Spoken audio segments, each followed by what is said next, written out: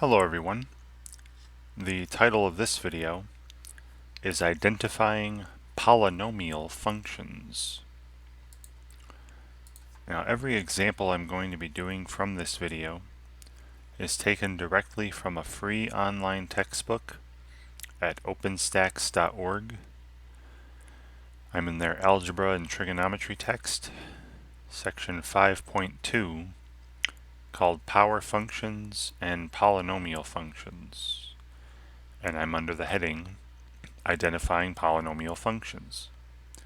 And each example is going to be either an example directly from the reading or one of those try it problems from the reading or one of the exercises at the end of the section that's related to this particular objective. Okay, so before I get into this example here, I want to talk about, what is a polynomial function. And in order to do that, I want you to recall something from previous videos, earlier in section 5.2. Hopefully you recall what a power function was. I'll write that up again here.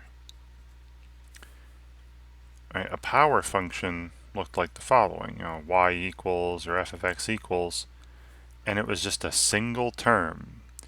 It was a number, k, times your input variable, x, to a power, p, where k and p were real numbers.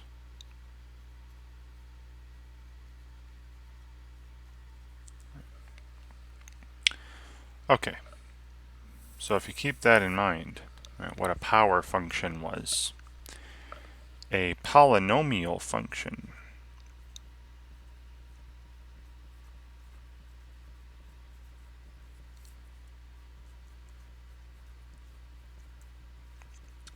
I can describe a polynomial function in the following way. A polynomial function is just the sum of power functions in which the powers are whole numbers, right? Because the power in a power function, the way they define it in this text, the power could be a half or 2/3 or -5. We're not going to include any negative powers or fraction powers or crazy decimal powers. We're just going to be using whole number powers when we talk about polynomial functions. So it's the sum of power functions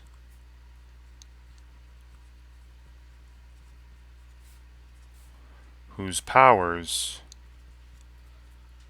whose exponents, powers, are whole numbers.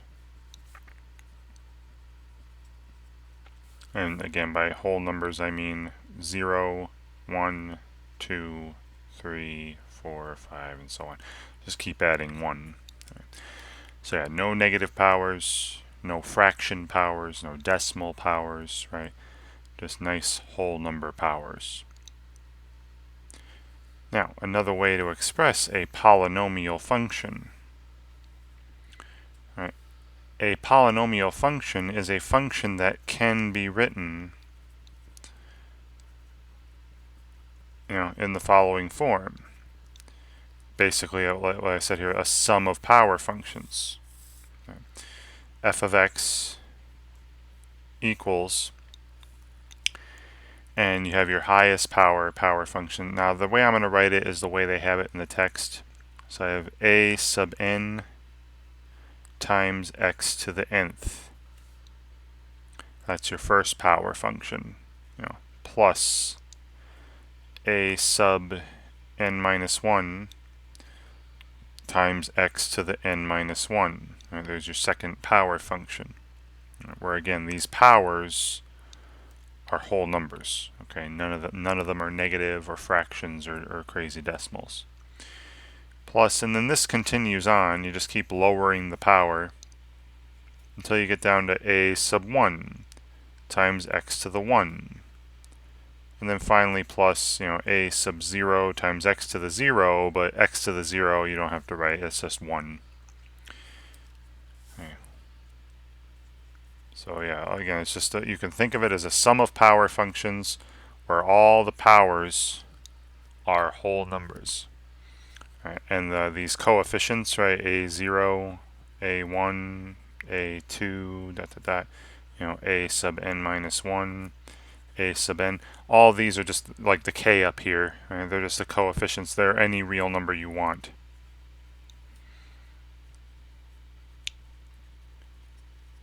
All right, and we're also going to set it up so that the lead coefficient is not 0. Right? So the highest powered term you write shouldn't have a coefficient of 0. That would make it disappear. Okay. And once again, all the exponents, all the powers are whole numbers. I'll write that again because that's key.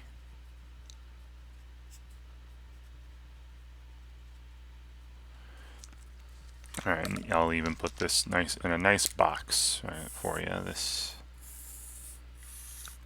All right, so if a function can be written this way, as this sum of power functions with powers that are whole numbers, then we call it a polynomial function. Right?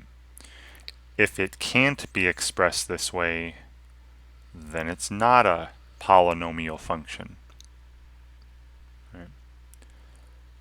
Okay, so that's it. All right, so let's go to the example I have, right, from the exercises. And all we're asked to do is identify, which of the following functions are polynomial functions. So which of these can I express this way as a sum of power functions with whole number powers? All right. Well, let's see. So they might not start off looking that way, but if I can make them that way, then we have a polynomial. All right, so the first one I'm going to do is this f of x equals, you have 2x cubed times 3x plus 4. Well, you can simplify this, right? This is 2x cubed times 3x. That's 6x to the 4th. And then you have plus 4. And this is exactly what a polynomial function looks like. You have a power function, 6x to the 4th with a whole number power, right? 4. Plus another power function. This is 4 times x to the 0, but nobody writes x to the 0. Right? So it's the sum of power functions, 2 of them, right? And how many power functions they are is the number of terms you have, right? This is a 2-term polynomial, right? A binomial. But this is a power function plus a power function with whole number powers. So this is a polynomial function.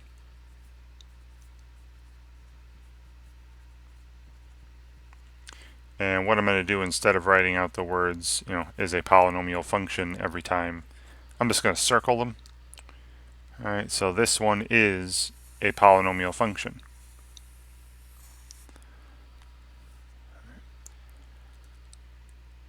And the ones that aren't polynomial functions, I will just put a big X through. All right, maybe in a different color. All right. So how about the next one? So let's scratch this up here. Let's move on. We have g of x equals negative x times the quantity x squared minus 4. Now, it doesn't look like a polynomial function right now, but if I distribute this negative x, we get g of x equals negative x cubed and then plus 4x. And this is a polynomial. All right, this is the sum of 2 power functions with whole number powers. Negative 1 is the lead coefficient, right, times x to the 3. The 3 is a whole number power. Plus, and then 4 is the coefficient of this term, times x to the 1, right, another whole number power. So I can take this and express it as the sum of two power functions with whole number powers. So this is a polynomial function.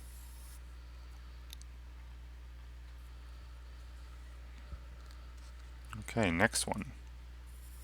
Maybe I should just separate them with bars here. Now here, we have h of x equals 5 times the square root of x plus 2. Again, if you go back to your polynomial functions, the general form here, it's just a bunch of power functions added up with whole number powers. Notice that there are no special symbols, right? There's no absolute value symbols. There aren't any square root symbols or any other radical symbols. There's no logarithms and blah, blah, blah. There's no special symbols in a polynomial function. So this is not a polynomial function. I mean, you could write it this way as well. H of x equals 5 times, and then, the square root of x plus 2 is x plus 2, to the half power. Remember, square root is to the half power. But again, this is not a power function with a whole number power, right? And it's not, it's not even a power function in general, right? Because you have your coefficient, but then you don't just have a variable to a power. You have a whole other, a multi-term expression to a power. This is not even a power function. All right, so this is not. All right, this is not a polynomial function. There's a big X through that one. All right, let's move on to the next one. Now, this one is a power function. J of x equals x to the fifth, and it's a power function with a whole number power. So there's just one term here. Power function with a whole number power, x to the fifth. This is a polynomial. This is a polynomial function with just a single term. Okay, next. Now at the moment, it doesn't look very, like a power function, right, or a polynomial function, but using some properties of exponents, x squared to the third is actually x to the sixth. So this is a power function with a whole number power, so it is a polynomial function as well, right? Any power function with a whole number power is just a polynomial function with a single term, right? There's just one term here again, 1x to the sixth. Okay, so far so good. You got 4 of these polynomial functions. How about this one?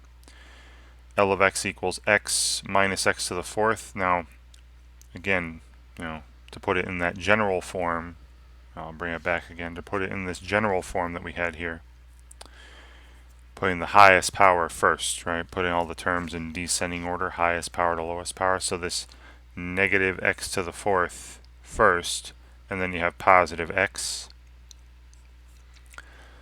But you see how it is a sum of power functions, right? Negative x to the fourth would be a power function with a whole number power, plus, and then x to the first is a power function with a whole number power, right? It's x to the 1. And there's no special symbols, right? No fraction powers, no negative powers. This is a polynomial function.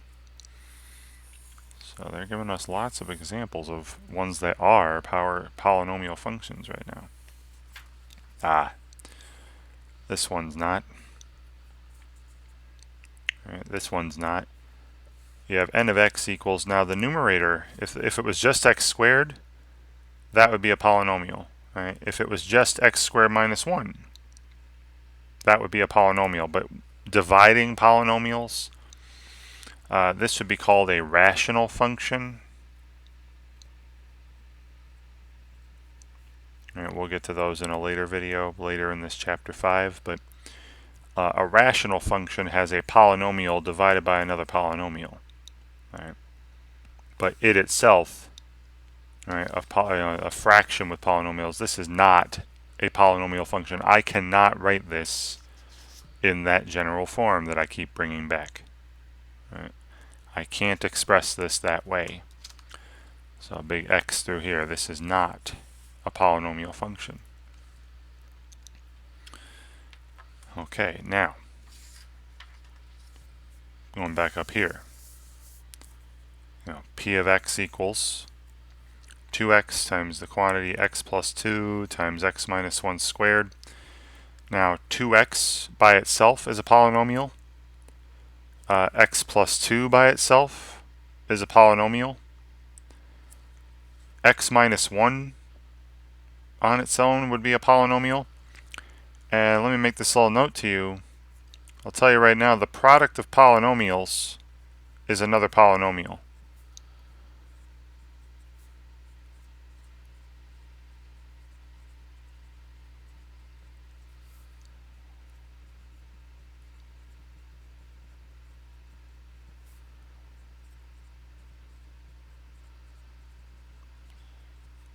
Alright, so if you multiply 2, 3, 4 polynomials like what's happening up here, you're going to get another polynomial. And let me show you. Alright, let me actually go through and multiply all this.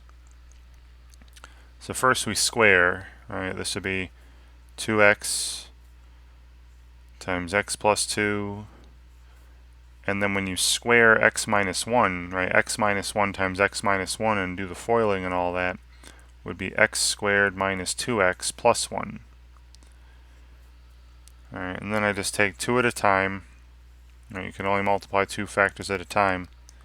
So let me multiply. I'm going to multiply the x plus 2 and the x squared minus 2x plus 1. Now remember how to multiply polynomials. You take every term from one, distribute to the other. So I'm going to distribute the x over here. That'll give me x cubed minus 2x squared. And then plus x. Alright, then I'm done with the x, and then I move over and distribute the 2. Be plus 2x squared. That'll get rid of the x squared. You got minus 2 plus 2. Then minus 4x. And then plus 2. And combining like terms, we get the following. X plus 2 times x squared minus 2x plus 1 would be x cubed. Then no x squared. Then x minus 4x will be minus 3x, and then you got plus 2. So you see the product of two polynomials is another polynomial. Right? X cubed minus 3x plus 2 would be a polynomial, right? Those are all power functions to whole number with whole number powers. And then I'm finally just distributing the 2x here, and we get 2x to the 4th minus 6x squared, and then plus 4x. And you see it ends up being this polynomial here with 3 terms, and each of those terms is a power function with a whole number power, right? 4, 2, and 1. So definitely a polynomial. But again, if you know this, you won't have to go through all that. Right? If you remember that if you multiply 2 polynomials, you're going to get another polynomial. Right? So p of x here is a polynomial function, right? I could write it in that form, that highest powered term to lowest powered term, right? This as the sum of power functions with whole number powers, like I showed you here. Great, and then the last one. Now, remember, a power function has a variable to a number, a variable base and a number exponent. This is the other way around. This has a number base and a variable exponent. Now you could also write this if you wanted as 3 times 3 to the x. Right, when you multiply things with the same base, you add the powers. But still, this is called an exponential function. And this is another kind of function we'll get into in a later video, actually in chapter 6 of this text. But it's not a polynomial function, right? Now if it were 3 times x to the 3rd, that would be a polynomial. Right? That's a power function with a whole number power. But switching, the 3 and the x here, x to the 3rd is a polynomial. 3 to the x is exponential. This is not a polynomial. Right? It doesn't have that same form. Okay, so a big X through that. So of all these, right, only 3 of them were not polynomial functions. Right? All the rest of them I could write in this form, right, as the sum of power functions with whole number powers. Okay. Great. And that's all I've got for this one. Again, just identifying polynomial functions. When you're given a function, can you recognize if it is a polynomial function or not? Can it be written in that general form? The sum of power functions with whole number powers. And that's it. All right, so I'm hoping that watching me go over these examples here help you in some way when you're asked to identify whether a function is a polynomial or not on your own. And thank you very much for watching.